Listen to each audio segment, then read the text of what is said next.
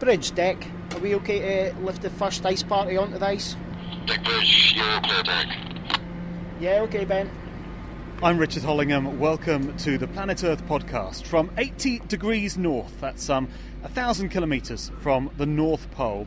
I am clinging on to a swinging conical basket which is being winched off the deck of the British Antarctic survey ship James Clark Ross onto the sea ice. And here scientists have set up a temporary ice station. I say temporary because this floe almost certainly won't be here in a few weeks' time. Once we've safely landed, I'll be talking to the scientist leading this expedition, Ray Leakey from the Scottish Association for Marine Science, who's with me in the basket. Hi, Ray. Hello. Hello, keep holding on. I'll also be chatting to other researchers here about their work on the ice, the dangers of polar bears, and getting an insight into the joys of diving in freezing waters.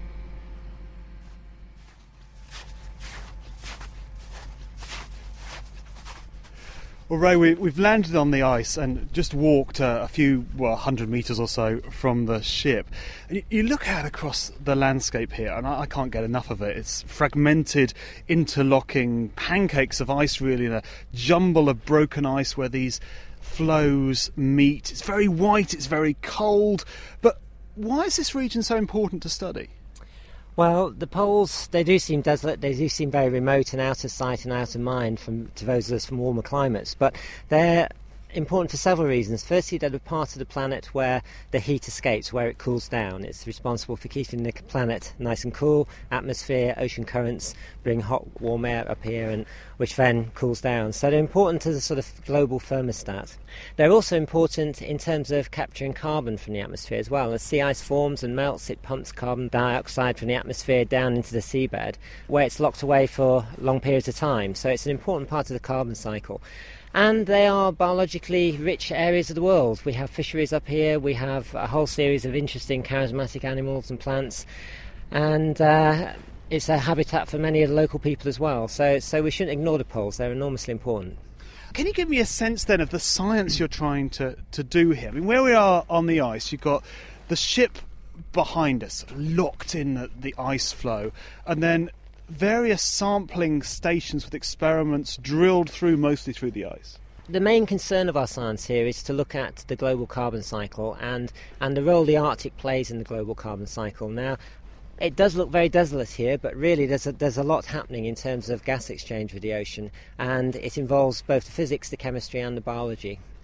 And that's what's amazed me, really, is the biology here. I mean, I expected the big stuff, the seals, the bears, but there are birds. There are birds on a pool of water not so far from where we are. And then there's algae and microorganisms living in and under the ice.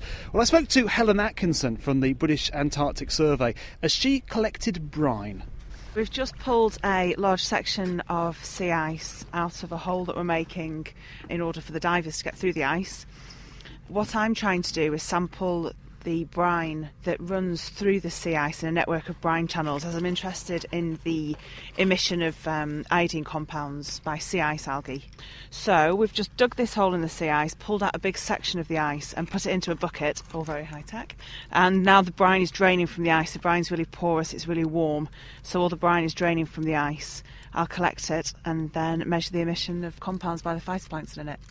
It's quite beautiful, isn't it, looking at this slab of ice. I don't know, it's about, 30 centimetres square and then about a metre long. Yeah. In fact, Simon did pretty well to pull that out, I think. Yeah. And then it's draining down. The stuff that's collecting, the liquid that's collecting in this plastic tub you've got, yep, like a sort of washing up bowl type tub, that's quite concentrated in salt, is it?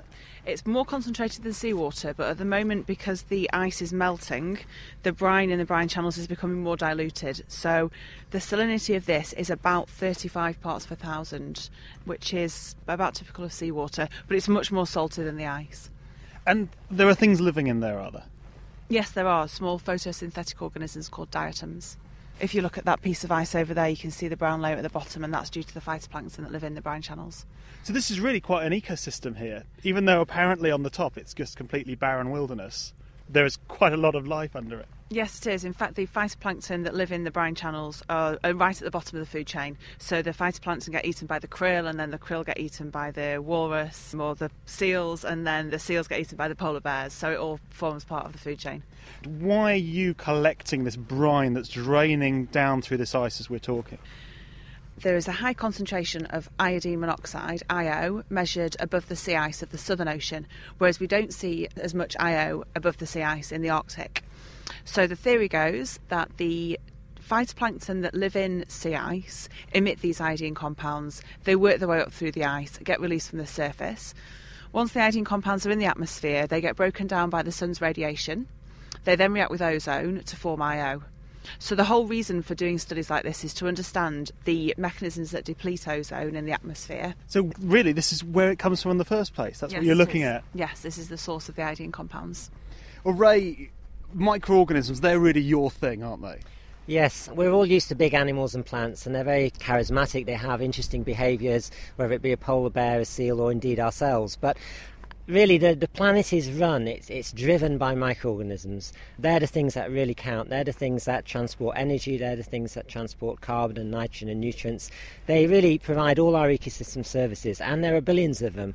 Again, hostile, desolate environment doesn't seem to be much around, but under our feet now we have literally billions of microorganisms living under the ice, in the seawater, on the seabed. They're all working for us. Indeed, there are some around in the air around us as well. So they keep our planet alive. They keep it the sort of environment that we like to live in. And what if you lost the ice? How would that change? And how would that affect the planet? If we talk about the biology, first of all. In biological terms, sea ice forms an important habitat for the animals and plants that live on it, such as polar bears and seals. If we lose the sea ice, then they either have to change, adapt their habitat, or they will die.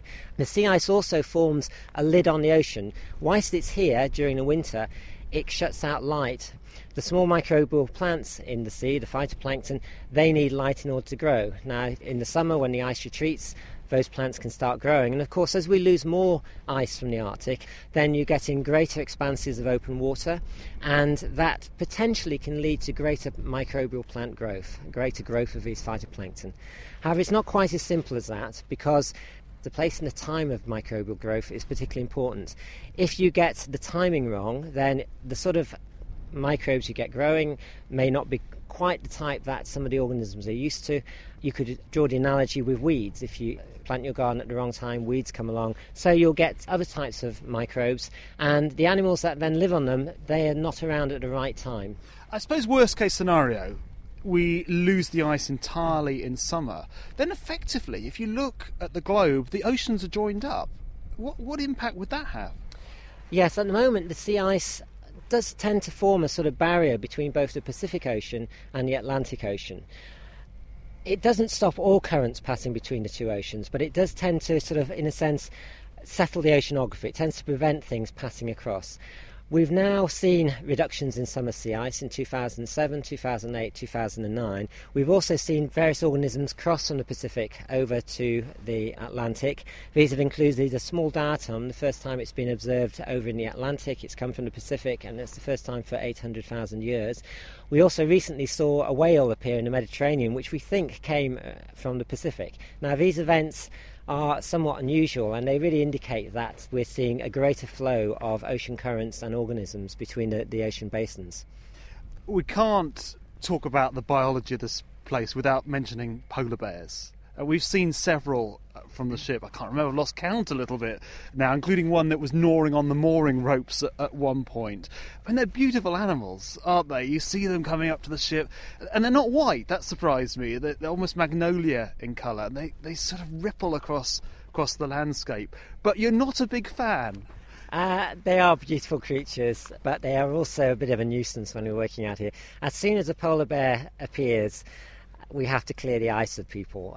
We have polar bear watchers on the ships. They're keeping a keen eye out. We have guns on board.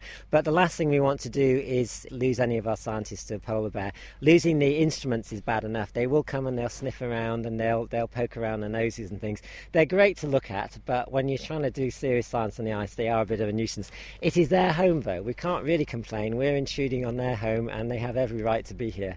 I just wish they'd come at times when we don't happen to be out on the ice working. Well, let's hear from another scientist on the ice now, Ronnie Gludd, also from the Scottish Association for Marine Science. He's set up a new type of sensor in a small rectangular hole in the ice behind me to measure oxygen concentration through and underneath the ice. The idea is to calculate the exchange of carbon dioxide, CO2, between the air, ice and water. What we have found out in the recent year is that the sea ice as such work as a globally important gas pump of CO2 from the atmosphere into the deep ocean. And that's new knowledge. It wasn't known before, and it's not included in our current climate models. And what we want to find out is, of course, how efficient is it and what environmental parameters determine how efficient it is. But that it's efficient is certain from the measurements we have already now. It's really on the scale of what we call the biological pump, which has been studied for decades, which is that algae fix CO2 in the water and it sinks with the algae down to the deep ocean. This process of sea ice pump, we think, is of similar importance.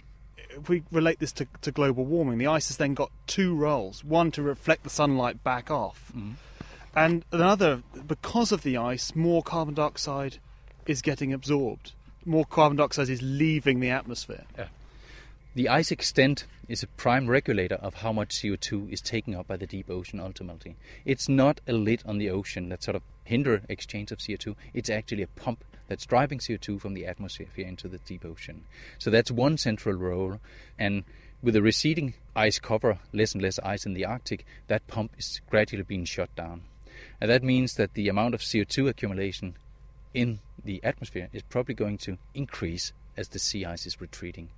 So the less ice, the less carbon dioxide is absorbed. And you've also got this other factor of the less ice, less sunlight's getting reflected back. Yeah, and which is, again, that would be sort of what you would call a positive feedback, is that the globe as such will heat faster because we don't have the reflection of sun that's reflected on white surfaces in general and the sea ice. So to sum up then, what's the impact of losing the ice is more significant than perhaps we first imagined? Yeah, what our current studies and our model studies, theoretical studies show is that as the ice is receding, the climate change will be accelerated because the ice actually works partly as it's reflecting energy back out into the atmosphere or into the space, but also that it pumps down CO2.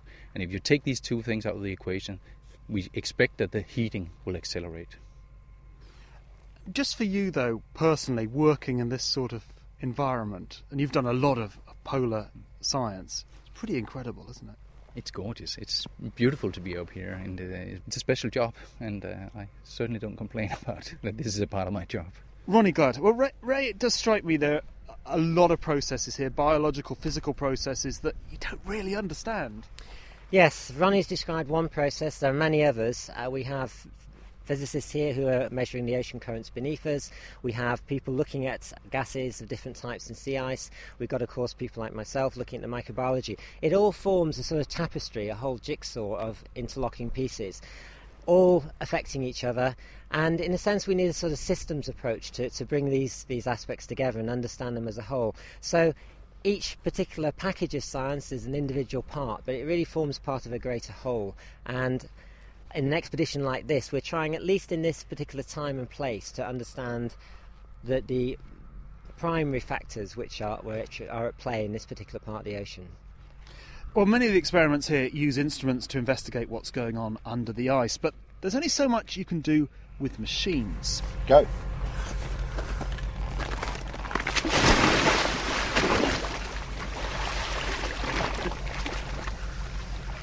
Two square holes have been cut into the ice, just a few metres away from where we're standing, to allow divers to collect samples from the clear, still and very cold water. Two people can dive at once, with people on the surface to pay out the rope and keep a check on the time.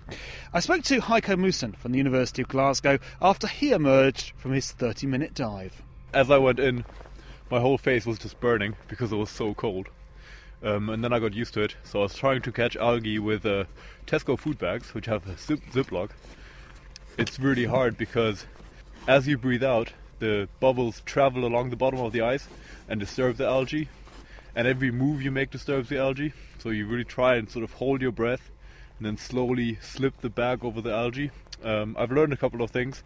Next time I do this, I'm going to open the bags before I dive, because opening bags with cold hands and gloves underwater is really hard. How much algae is there at the whole bottom of the ice? Is that covered in patches of algae? It looks like an inverted landscape. So you've got valleys and hills, and sort of in the inverted valleys, you've got little fist-sized clumps of algae, and they're buoyant and they're all over the place. And then it's really light, so there's a lot of light coming through the ice. It's just amazing. It's your birthday today, your 30th birthday. Was this what you would like to do on your birthday? Anybody I know, any diver I know would love to do this on their 30th birthday. I'm quite glad and thankful that I got to do this today. And I presume now you need to get warm. I'm actually okay at the moment. My fingers were hurting earlier. They're fine again. I'm happy and totally content. Go I'm again, looking go forward again, to go dinner. again. And we'll put some videos shot by the divers up on the Planet Earth Online website. You'll also find photos, including some of those polar bears, and the daily blog from the expedition. To keep things as safe as possible, only 8 people are allowed to work on the ice at once. But don't think the other scientists on board are sitting around twiddling their thumbs. I've never seen a more hard-working lot. The ship's laboratories have people working night and day. To get a snapshot of the science that's going on, I asked a few of them to explain their work in 30 seconds. Hi, my name is Heather Bowman and I'm a lecturer from the University of Oxford. I study phytoplankton, which are the microscopic plants that live in the ocean. And on this cruise we'll be studying Arctic phytoplankton, and they're quite unusual in that they have 24 hours of darkness in the winter and are subject to 24 hours of light in the summer. And we're just trying to find out their photosynthetic properties so that we can try and better understand their role in the carbon cycle and their potential response to climate change. Hi, I'm Jennifer Riley. I'm a PhD student at the University of Southampton in the National Oceanography Centre. I'm studying sinking particles in the upper ocean, and these are important because they're part of the global carbon cycle, which a lot of people know global warming and climate change is part of the carbon cycle. So looking at particles sinking is important because it helps us to understand how efficient the ocean is at moving carbon from the surface into the deep ocean. So I study how fast the particles sink, what they look like, and what's in them. Okay, my name is Edna Tainan. I come from the National Oceanography Centre in Southampton. Basically, I'm studying how the oceans are changing with the CO2 levels from the atmosphere get absorbed into the ocean. And I'm seeing more or less how the ocean is changing because of that. And I'm looking at the chemistry, and also basically it's the chemistry that changes, but that affects the life in the water. So I'm also looking at how life is affected by those changes. And you get to work in a freezing cold container on the back of the ship, so not even inside in the laboratories. I mean, you have a good view, but it's not the most pleasant working environment, is it? No, it's actually, well, as you can see, I'm wearing my hat and my scarf and all this. It's pretty cold. We just have to be out here because we work with radiochemicals, so we cannot be in the labs in the ship, which means we're in a container out here on deck. Pretty cold. My name is Debbie Brennan and I work at the Scottish Association for Marine Science in Auburn. On the ship I've been looking at the bacteria and where they get the carbon from, so whether there's an association with algae or whether they get it from somewhere else. So we've labelled a simple sugar and a more complex sugar with carbon-14, and we're going to see which one the bacteria prefers, which one it takes up as its carbon source. So, Ray, I think we've got a sense of all the science that's going on. Who pulls it together? Who makes sure that you all talk to each other? Is that your job? Yes, we'll have a post-cruise meeting. We'll all sit around the table, we'll get our initial results out, and as time progresses we'll get more and more information and start publishing our research in journals. But really, we then have to compare that with what other expeditions have found, what other information people have found from other ocean regions, and it's a never-ending, ongoing process involving really the whole international science community. Ray Leakey from the Scottish Association for Marine Science, thank you very much. And just a reminder, you can find photos and the daily blog from this expedition on the Planet Earth Online website. You can also follow us on Facebook, Twitter and Audio Boo. From the ice station here at 80 degrees north, this has been the Planet Earth podcast. Thanks for listening.